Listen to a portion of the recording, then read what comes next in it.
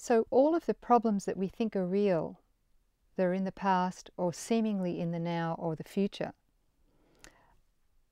They seem to be real, but in actual fact they're trapped in time, and time is an illusion, which we explain in the program that we're doing with Sounds True.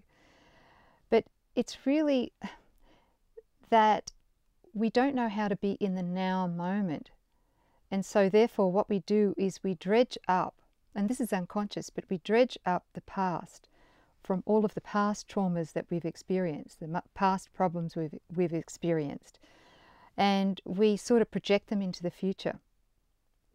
And what this does is it keeps us out of the now moment. It also keeps us in fear, which is where the ego wants us to be.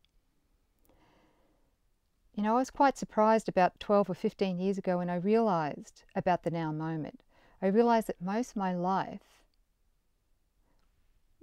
was a string of now moments. The problem was that I wasn't there for them. And the challenge for us, if we're really wanting to free ourselves from suffering, in other words, the ego, is to try and bring our awareness and our presence into the now moment. The best time to do that, of course, is when somebody or something presses your buttons. And it's precisely at those times that being in the now moment can really help us, because it adds that sense of detachment.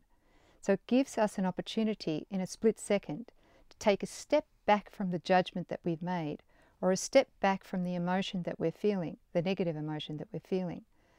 And it's at that time, if we could be present even for another second and ask for the inner teacher, or what we'll call the universal inspiration, which is the divine, to be present in that moment of conflict with us in our mind, and to just look at that.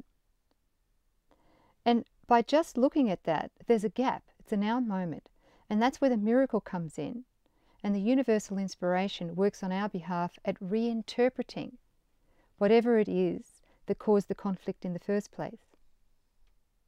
So, you know, what we do in life through the ego is we try and solve our own problems.